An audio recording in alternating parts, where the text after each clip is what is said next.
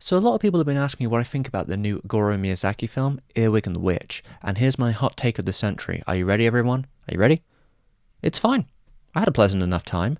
You know, it took about 4 years for them to make it, which is a bit of a surprise to me. It seems like a smaller scale film, a couple locations, only a few characters, but I'm guessing most of that is because it was an in-house affair. All the CGI was made by a new, fresh team that Goro led, and a lot of it seems to be trial and error to get what they really wanted. With a lot of its inspirations coming from stop-motion work, if that be Aardman or Studio Leica's Kubo and the Two Strings, and that's how they wanted to design the characters and world, avoiding a strictly realism angle where they'd have to animate every hair follicle. I mean, that seems reasonable to me, but I guess the internet didn't take it that way, which, yeah, you know how it be. Every time something changes a little bit, there's people going to be screaming about it. From the trailer, it looks cheap, like that $1 film you get at the very bottom of a Walmart movie bin. It looks great in a lot of ways, but it looks just so wrong in so many more. It looks like everything is made of plastic. I guess it would maybe look a little plasticky if you were trying to make it look like plasticine models. I think that's kind of the point here. But the major reason behind a lot of this molding, all this angry comments, seem to be let me have a look at it right here. Creating the third CGI project at the studio. Wait, what? And while it's the first feature the studio has done this way, Goro had already made a whole TV show with Polygon before, so it's not exactly a surprise. And hell, I think I'd even mentioned that this film was in production in my actual Goro Miyazaki video. And back then I knew it was CGI, so it wasn't exactly news. Goro obviously doesn't want to be in the shadow of his father. He wants to forge his own path, you know? After thinking about it, I felt that there'd be no future for the studio if I just copied what they had done, as I would only be making competent, well-done copies of their work. So I thought I should work in CG. That seems pretty reasonable to me, but the comments on that article, let's just say they thought otherwise. I mean, listen to these nimrods. They really got up here. They know animation, am I right? The real reason they are doing this CGI is apparently cheaper than traditional animation, so they just want to save money, but now fans won't accept that, so they try to give it a heroic spin. So I don't know if I need to tell you this, but in the anime industry, budget and quality, there's very little correlation there. I mean, here's a veteran animator Shida saying the same thing. Budget and quality are not related, but if the budget is too low, staff will not gather. And let's just say I don't think that Ghibli is on the low end of budget. Let's put it that way. Even the premise here that like CGI is cheaper isn't necessarily true, especially in the anime industry. It's kind of up and down, especially within Ghibli's context where they have to build it from the ground up. That took them 4 years, hiring a bunch of new talent, finding it, and all the trial and error that came with that. In fact, it probably would have been cheaper for them to create a 2D film because looking at the production time it took Goro prior, that would be less. And, that's less salaries to pay. Even so, Goro's just one man, and I doubt the studio is planning on throwing away their traditional talent. I mean, Miyazaki Sr. is making his most complicated animated feature in 2D to this day, right now. Drawing on paper, the traditional animation, like my father's, will continue at the studio. Even so, it was the old guys that encouraged him to make this production to begin with, even though they've sort of left him to his own devices since they have no point of reference when it comes to CGI.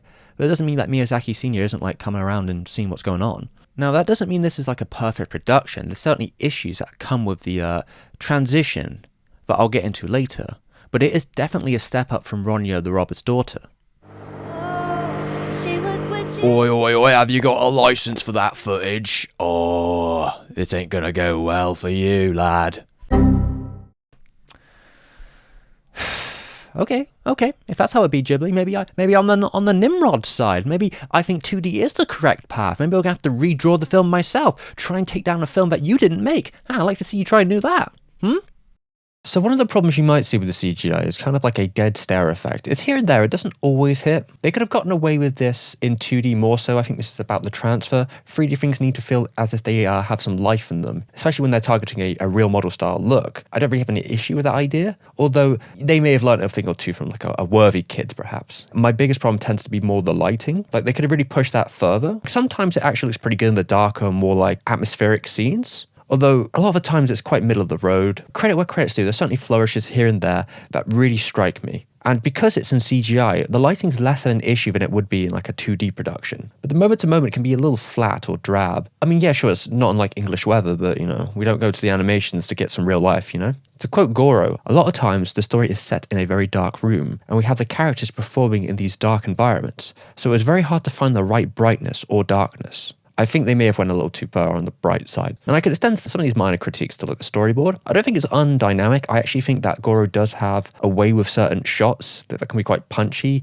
But a lot of the struggle for me is a little bit rudimentary. Like they sometimes struggle with the height of characters. I do recall there's like this one quote from his father where he talks about when you're thinking about a storyboard, you don't have to just think about it in terms of like a flat angle camera. You can think about wide lengths and distortions and such like that, opposed to everything which has been shot like on a phone. Like especially in CGI where there are no rules. You could really move that camera around, play with it, position. A lot of the shots here feel more so like a standard Ghibli production, and I think that is actually intentional because they wanted to keep to that sort of Ghibli staple and not move too far away from it. Even in like the editing. Like when you're editing with 2D, you can be a lot sharper because there's less information on the screen. 3D space, it's a little bit more dense. So like the editing has to be a little slower. I think sometimes the editing here is too slow. If that be in like montages, they could have went a little further here, especially the intro, which when you compare it to like Lupin's intro, they're both kind of going for that 70s, almost Bond-esque opening montage thing, though Lupin really sells it into like dynamic imagery to hook you in, where the Goro opening is a little bit more restrained.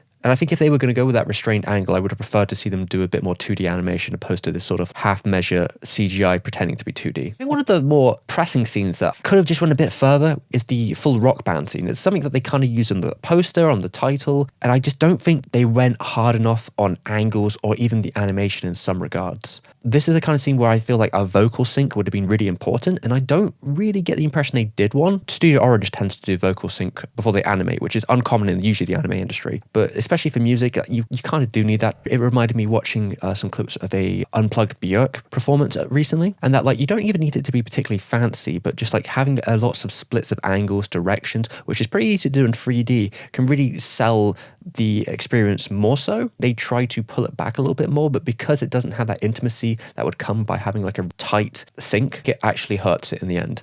And one technique that I would be interested to see them use, which tends to be used by people like Studio Orange or Disney, is when they'll do like an underdrawing, or you'll get corrections from a 2D key animator, and they'll use that to guide the 3D animation. And I don't know if that's a concept that was used that much in this film, if at all, but I would really like to see it because I think it would be a good way to connect these two worlds together in the studio using their 2D talent to sort of help refine their 3D staff.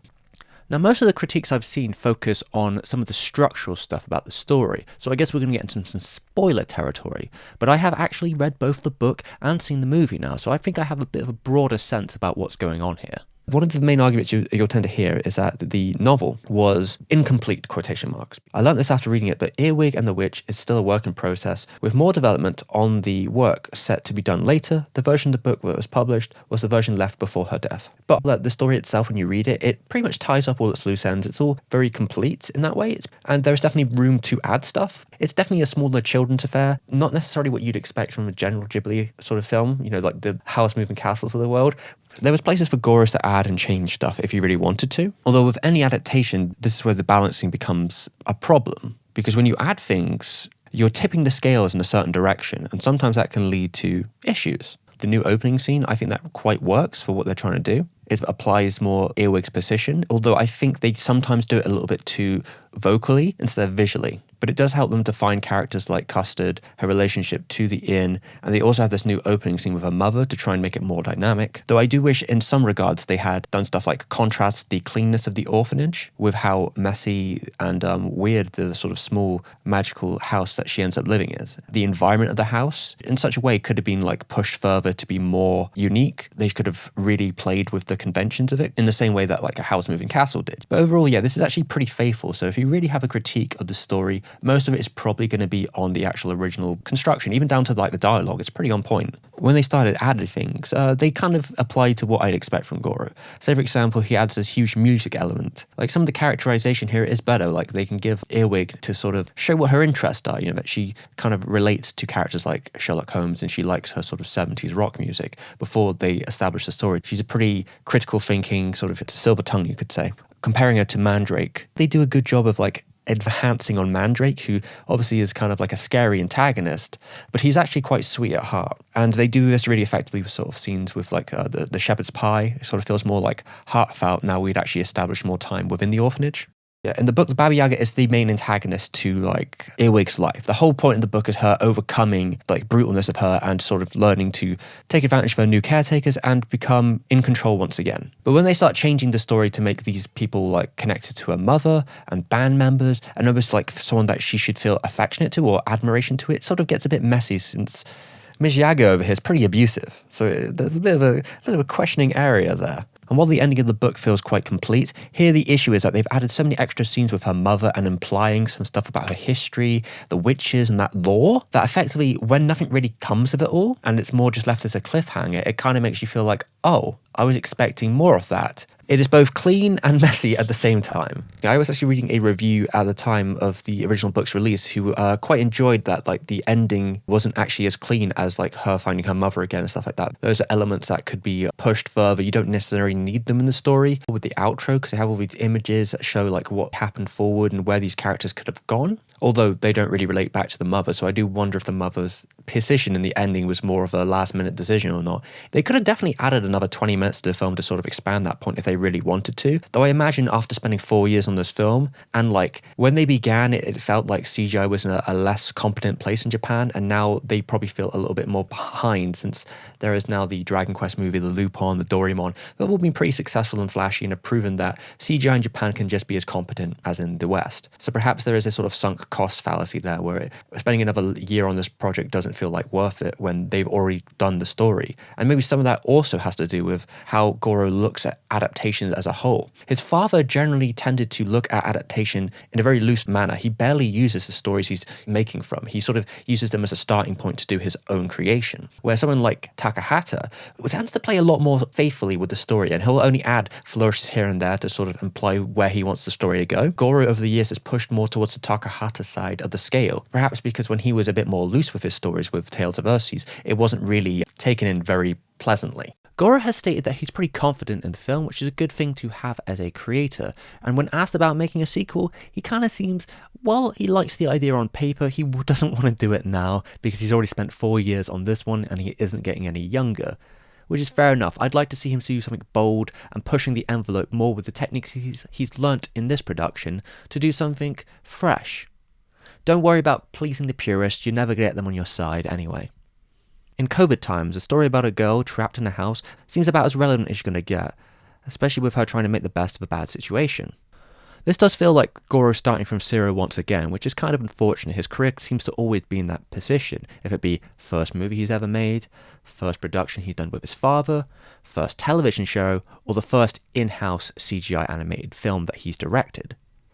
I'm hoping Goro takes this as a foundation to build on in the future to make something stronger and more refined next time.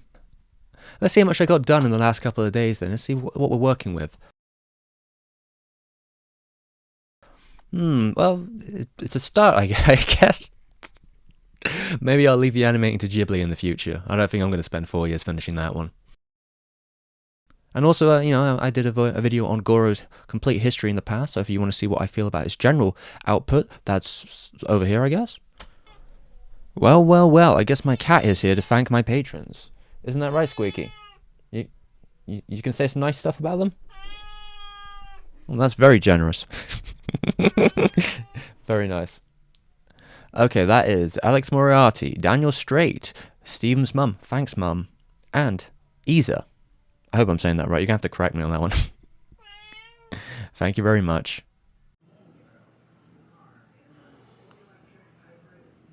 If you want to subscribe, like and comment to make this video perform better, and also ring the bell because YouTube is very bad at telling people when my videos will come out. So if you want to ring the bell and turn on notifications, you'll always know when I'm releasing something or doing something, which really helps the channel out. Thank you very much, and I hope you have a good day.